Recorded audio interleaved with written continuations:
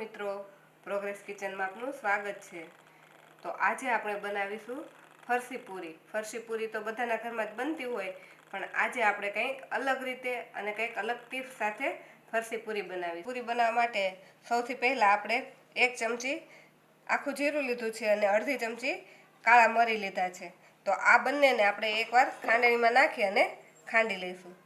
જ્યારે પણ આપણે ફરસી પૂરી બનાવતા હોય ત્યારે આખા મરી અને જ્યારે પણ આપણે ફરસી પૂરી બનાવતા હોઈએ ત્યારે ફરસી પૂરીમાં આ રીતે જીરું અને મરીને અધકચરા વાટીને નાખવાના, તો એનો ટેસ્ટ વધારે સારો આવશે।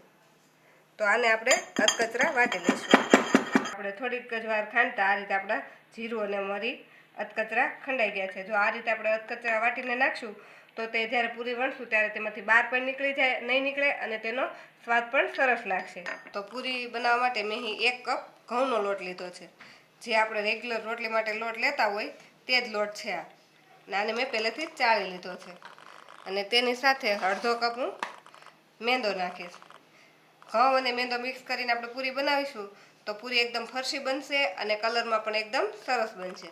હવે તેમાં મરી અને જીરું જે ખાંડીને રાખેલું છે તે નાખીશું। તેમાં સ્વાદ પ્રમાણે આપણે મીઠું નાખીશું ને જો આપણે પૂરીને એકદમ આમ ક્રિસ્પી, ટેસ્ટી અને સ્નેક્સ ટાઈપની બનાવી હોય તો તેમાં આપણે થોડાક ચીલી ફ્લેક્સ નાખીશું। આ ચીલી ફ્લેક્સ નાખવા ઓપ્શનલ છે, જો તમારે નાખવા હોય તો નાખી શકો અને બાળકોને તીખું ન પસંદ હોય તો ન નાખો તો પણ ચાલે। અને 1 ચમચી જેટલા સફેદ તલ નાખીશું। તો તેમાં 2 મોટી ચમચી જેટલું ઘી નાખીશું। ઘીના મોણથી પૂરી એકદમ સરસ ફરસી બનતી હોય છે અને તેની સાથે 2 મોટી ચમચી જેટલું આપણે તેલ નાખીશું। આ બંનેમાંથી તમે કોઈ એક પણ નાખી શકો, જો ખાલી ઘી નાખો તો પણ નાખી શકો અને ખાલી તેલ નાખવું હોય તો પણ નાખી શકો। હવે આ બધી જ વસ્તુને આપણે સરસ મિક્સ કરી લઈશું।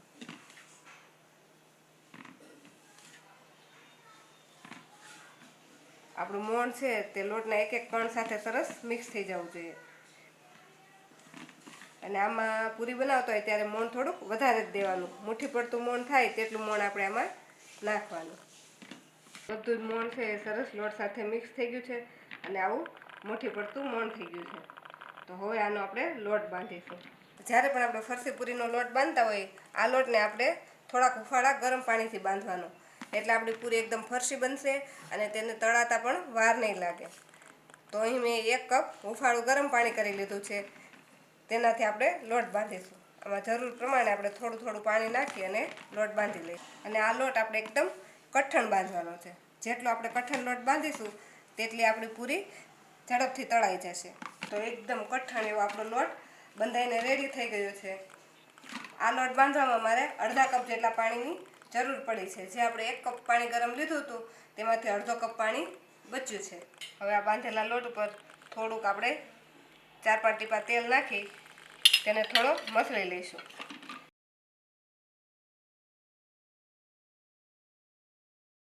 મસળેલા લોટને આપણે ઢાંકી અને 10 મિનિટ માટે રહેવા દેવાનો છે। આપણો લોટ સરસ મસળાઈ ગયો છે। હવે ઢાંકીને આપણે તેને 10 મિનિટ માટે રેસ્ટ આપીશું। 10 મિનિટ પછી આપણે લોટને ખોલી લઈશું તો આપણો લોટ એકદમ સરસ સેટ થઈ ગયો છે। હવે આને આપણે થોડોક મસળી લઈશું। હવે આ મસળેલા લોટને આપણે એક પાટલી પર લઈ લઈશું। પાટલી પર થોડું આ રીતે તેલ લગાવી તેના પર આપણે બધો જ લોટ લઈ લઈશું। આમાંથી આપણે 2 સરખા ભાગ કરી લઈશું। 2 સરખા ભાગ કરી અને એક પાતળો લો બનાવી લઈશું। આ રીતે આપણે એક રોલ જેવું કરી લઈશું અને પછી આમાંથી આપણે લુવા કરીશું। આમાંથી આપણે છરીની મદદથી આ રીતે કટ લગાવી દઈશું એટલે આપણી બધી જ પૂરી એક સરખી બને।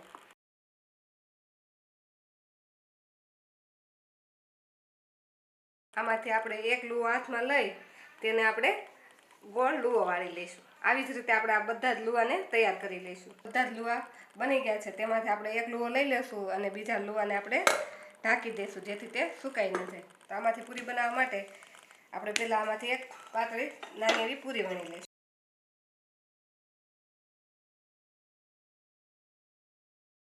આવી રીતે પૂરી વણાઈ જાય એટલે તેના પર આપણે થોડું તેલ લગાવી દઈશું। થોડો કોરો લોટ ભભરાવી દઈશું, અડધી વાળી દઈશું અને ફરીથી તેના પર તેલ લગાવી દઈશું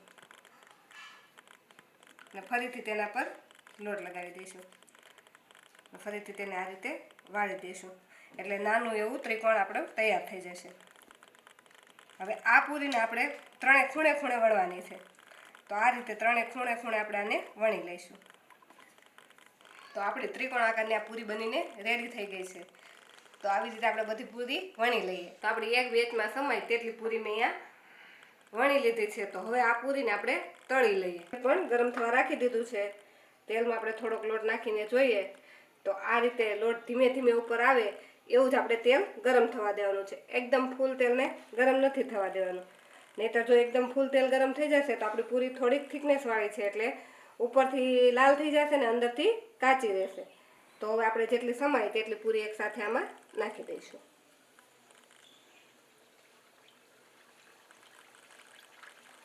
અને આ પૂરીને પલટાવવામાં આપણે સેજ પણ ઉતાવળ નથી કરવાની. જેમ જેમ તે તળાશે એમ જાતે જ તે ઉપર આવી જશે.